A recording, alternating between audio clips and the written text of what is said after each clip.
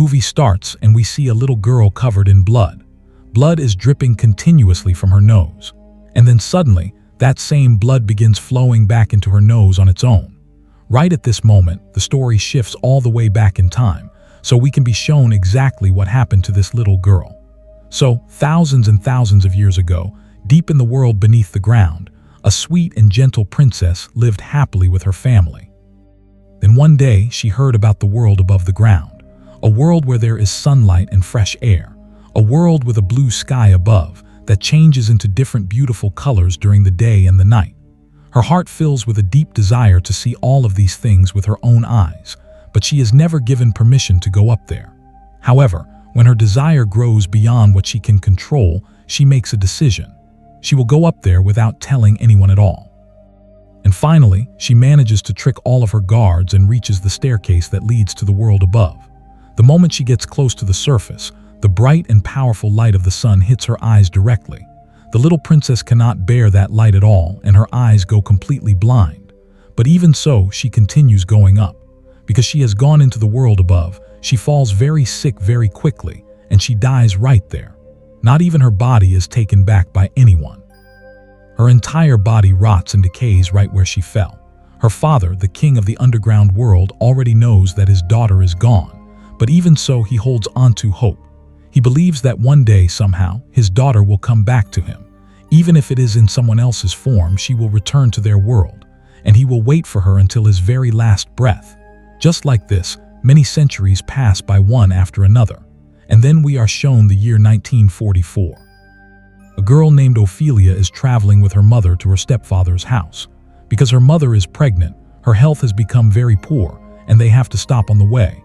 While walking around, Ophelia's foot kicks a stone that has a strange eye symbol carved on it. Ophelia looks up and sees a strange old statue carved out of stone in the distance, and the eye on top of the statue is missing. That means this stone she kicked is actually the missing eye piece of that statue. She walks over and fits the stone eye back into the statue. The moment she does, a strange insect crawls out from inside the statue's mouth. Ophelia thinks it is a fairy, though in reality it is just a glass bug. Before she even has time to think about it further, her mother calls out to her, and they all leave that place. But the strange thing is, that same insect that just came out of the statue begins following Ophelia. As soon as they all arrive at the house, Ophelia notices that the insect is already there, waiting for her. She goes close to get a better look, but the insect begins flying and leads her toward a very strange place. The path looks like old ruins. Ophelia tries to follow and find the insect, but it has disappeared. And just before she can go any further down that path, a girl named Mercedes comes and stops her from going ahead. Mercedes warns her that this whole place is a labyrinth, a maze, and no one knows how many centuries it has been here. Whoever has gone inside has never come back out, so Ophelia must not go in there at all. As they walk back toward the house, the insect is still watching all of them from a distance. At the house, we are shown Ophelia's stepfather, the captain, who is an extremely cruel and ruthless man.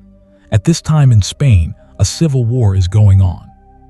The captain wants to hunt down and completely wipe out all the guerrilla groups, who are actually just ordinary civilians fighting back for their basic rights and survival.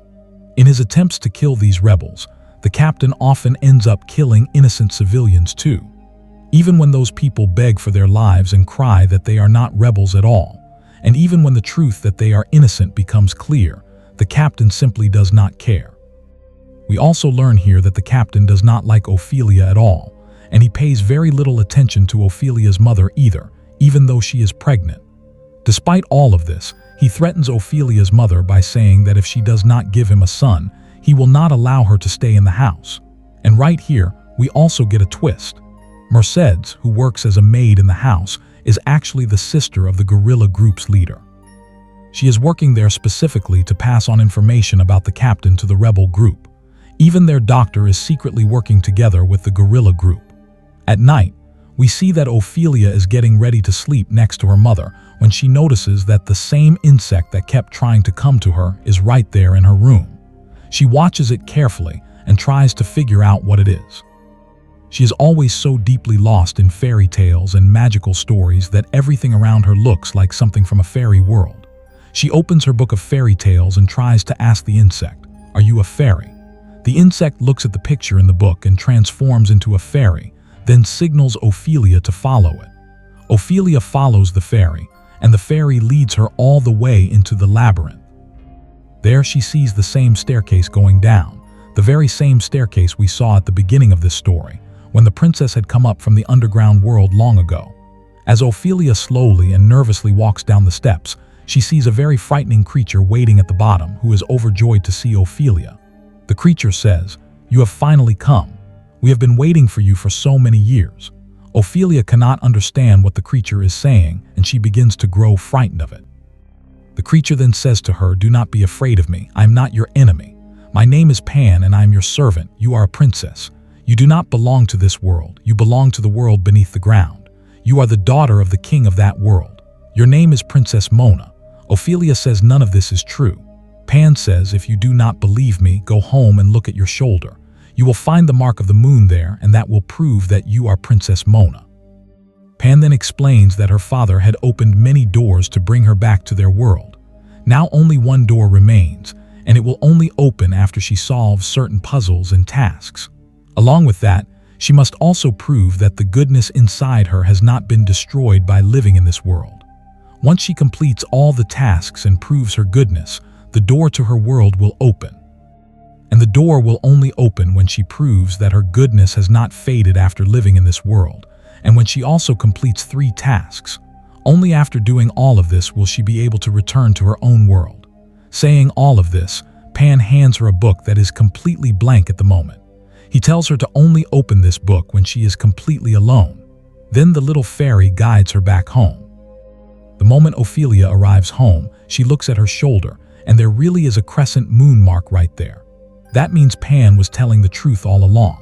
Now when Ophelia opens the blank book, the moment she touches it, words begin appearing on the pages by themselves. From those words, she learns about her very first task. She has to go a little distance from the house, where there is a very large fig tree. Inside the root of that tree lives a very large toad. Around the toad are 3 golden balls that she must put inside the toad's mouth. After that, a golden key will come out of the toad's stomach, and she must get that key. That is her first task. Once she completes the task, the magical tree, which is slowly dying because of the toad, will come back to life and turn green again. Ophelia goes there right away and finds the tree. When she sees the enormous toad inside, she is frightened for a moment. But she wades into the mud and finds the 3 magical golden balls, which she then puts one by one into the toad's mouth. The moment all 3 are inside, the toad lets out a massive burst of vomit, and inside that vomit is the golden key she needs. Her first task is now complete, and she happily returns home. While she is bathing later, the insect comes back to her again. Ophelia gets excited and tells the fairy to take her back to the labyrinth. When she gets there, she shows the key to Pan. Pan tells her to keep the key with her for now and also gives her a magical piece of chalk. He says this chalk will also be useful to her. She takes everything and goes back home. As soon as she gets back, she opens the book again and touches it. But this time, instead of words appearing, blood begins to pour from the pages. Ophelia panics completely at the sight of this and slams the book shut. At the exact same moment, she hears her mother screaming from another room. She rushes over and finds that her mother's condition has gotten very bad and she is bleeding heavily. Ophelia leaves her book behind and runs to call her stepfather. But even after hearing about her mother's condition, the captain does not pay attention. Poor Ophelia has no one to turn to. She is very distressed and deeply worried because of her mother's illness. Days pass like this. Then one night, while Ophelia is fast asleep, Pan comes to her. He is angry, saying that she still has not completed the next task. She explains that she is very worried about her mother's health. Pan listens and acknowledges it, but also tells her that they cannot wait much longer because the night of the full moon is coming, and the door can only open on that night. To help Ophelia's mother get better, Pan gives her a magical root that looks like a tiny baby figure. He tells her to pour a little milk into it every morning and add 2 drops of her own blood, then place it under her mother's bed. In a few days, her mother will recover completely. He also gives Ophelia a few small fairies to help with the next task, because the next task is going to be very difficult. Pan explains that in the next task, she will not be facing an animal or a human, but a real monster. When she goes there to complete her task, That monster will try to kill her no matter what, but she must protect herself. He also warns her that when she goes there will be a large table full of delicious food and tempting things all around her. She must not be tempted by any of it. She must only focus on completing her task.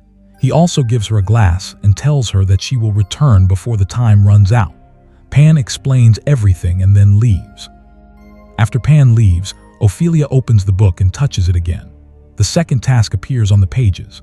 The first step says she must use her magical chalk to draw a door on any wall of the house. The moment she draws the door, a portal opens right there on the wall, leading to another world entirely, the world where the monster lives. When Ophelia enters that world, she sees a very large dining table, and behind it sits a horrifying monster.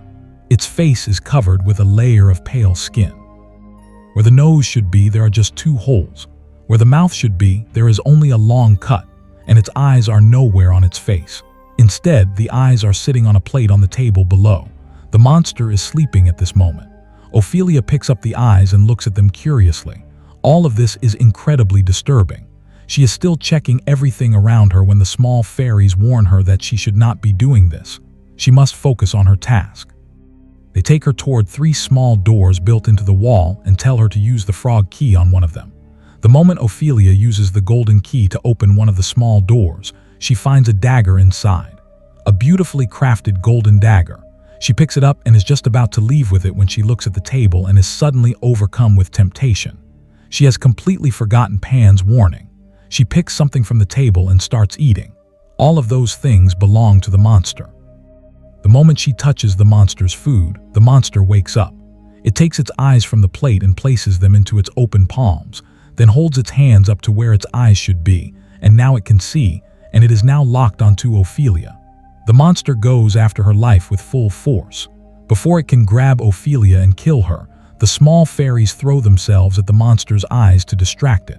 Ophelia uses that moment and runs. But she sees that her time is almost up, and the door she came through is already closing and nearly gone. The monster has already killed those poor little fairies, and now it is coming after Ophelia again to finish her off. But right then, Ophelia uses her quick thinking, draws a mark on the ceiling with her magical chalk and climbs through it. That opening leads her back into her own room, and her life is saved. She has completed this task, but during it, 2 fairies were killed because of her mistake. She is very sad about that. After coming back, she notices that morning has arrived. She quickly picks up the magical root, pours milk into it with 2 drops of her own blood, and places it under her mother's bed. Shortly after, her mother regains consciousness, which makes Ophelia very happy. Now we are shown Ophelia's stepfather, the captain, who has reached the absolute worst levels of his cruelty. He has cut off the supply of food and medicine to all the village people, so that they will be forced out of desperation to reveal where the guerrilla groups are hiding. And without food, they will have nothing left to give the rebel groups either. This way, more than half of the rebels will simply die of starvation, and the captain's job will become much easier. Days go by like this, and all the villagers are suffering terribly. Then the guerrilla group strikes back hard. They bomb and destroy an entire supply train heading for the captain's base. The captain is not going to forgive them for that. When the captain and his men return to their base, they get yet another shock. They find that the rebels have stolen all the stored supplies from the warehouse, the same supplies that were being withheld from the local people. The moment the captain discovers this, his fury reaches its peak. Then he notices that the lock on the warehouse has not been broken. It was opened with a key. This tells him clearly that someone inside his own camp is working with the rebels. He remembers that only one person had a key to that place, Mercedes. This could only be her work. He knows the rebels could not have gotten far with all that heavy cargo, so he takes his soldiers and marches into the jungle. They get very close to the guerrilla group's location. Both sides open fire on each other, and many soldiers are killed in the battle. On the rebel side, only one man survives and is captured by the captain. The captain brings him back to the base and tortures him to find out about the rest of the rebel group and their plans. But the man holds firm. He refuses to say a single word. The captain orders the doctor to treat him and patch him up completely so they can torture him all over again later. But the doctor does the complete opposite.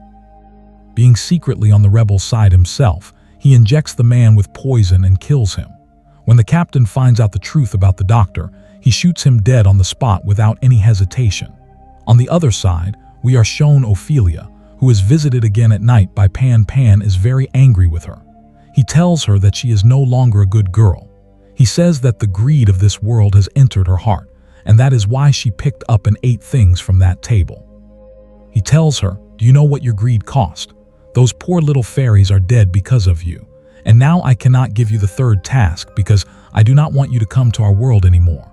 A greedy and careless princess like you is not needed in our world." Meanwhile, as Ophelia's mother slowly starts to recover, the captain's treatment of her becomes worse and worse. The captain even begins to suspect Ophelia's mother of being a rebel sympathizer. Out of this suspicion, he searches through all her belongings, and under her bed he finds the magical root that Ophelia had placed there. He picks it up angrily, places it in Ophelia's mother's hand, and demands to know what this is. She has no answer to give. The captain storms out in a rage. Then Ophelia's mother turns to Ophelia and asks her what all of this is about. Here, Ophelia hides nothing from her mother. She is very frightened by the captain's behavior, and so she tells her everything. She tells her about going into the labyrinth, about meeting Pan, about all the tasks she completed, and she tells her that it is because of that magical root that she has been getting better. But Ophelia's mother does not believe any of it. Instead, she gets upset at Ophelia and says, "Please come out of these fairy tales and storybooks. The real world is very different from all of this." Saying this, she pulls Ophelia close and hugs her, then throws the magical root into the fire. The root begins writhing in pain in the flames and dies. The moment the root dies, Ophelia's mother's health begins to decline again rapidly. Ophelia's mother goes into labor and gives birth to a baby boy, and after that, Ophelia's mother passes away. At her mother's funeral, Ophelia is completely shattered with grief. She does not want to do anything anymore. She goes to her room and lies down. Meanwhile, the captain catches Mercedes and begins questioning her in a very calm but threatening way.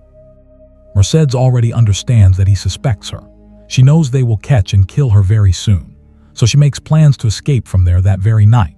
And as she plans to leave, she also plans to take Ophelia with her, because she knows that if Ophelia stays there with the captain, he will treat her terribly. Just as both of them are about to make their escape through the jungle, the captain and his soldiers catch them. Because Ophelia is with Mercedes, the captain assumes that Ophelia is also part of the rebel group. So he treats Ophelia very harshly and locks her inside a room. Then he goes to deal with Mercedes and wants to torture her. But before he can even begin, Mercedes has already freed her own hands. She attacks the captain herself and manages to escape from there. But even then, the soldiers catch her again outside.